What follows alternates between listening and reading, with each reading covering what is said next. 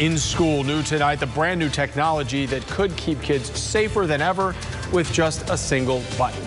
Good evening, everyone. I'm Jameson Euler. And I'm Wendy Ryan. Thanks for joining us. Governor Ron DeSantis just calling for a statewide grand jury to look into how school districts handle money and security issues. This just hours before the Parkland school shooting 1-year anniversary. New at 6, ABC Action News reporter Sarah Hollenbeck reveals the high-tech security upgrades coming to every public school in Pinellas County.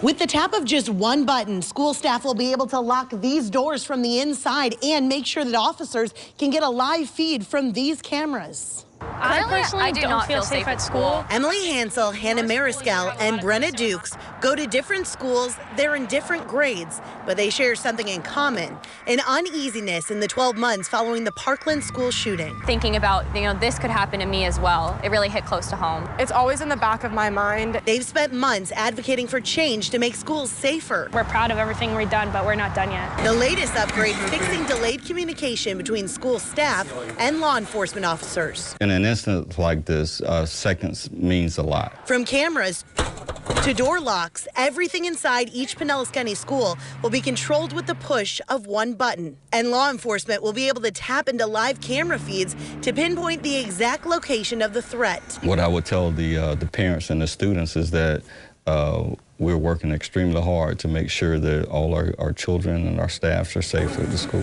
Pinellas leaders just securing a $488,000 federal grant to add the new technology to every public elementary, middle, and high school in the district. I just get a constant reminder that, school shootings are a real threat in my daily life. Pinellas County hopes to have the new system up and running as soon as possible. Reporting in Largo, I'm Sarah Hollenbeck, ABC Action News.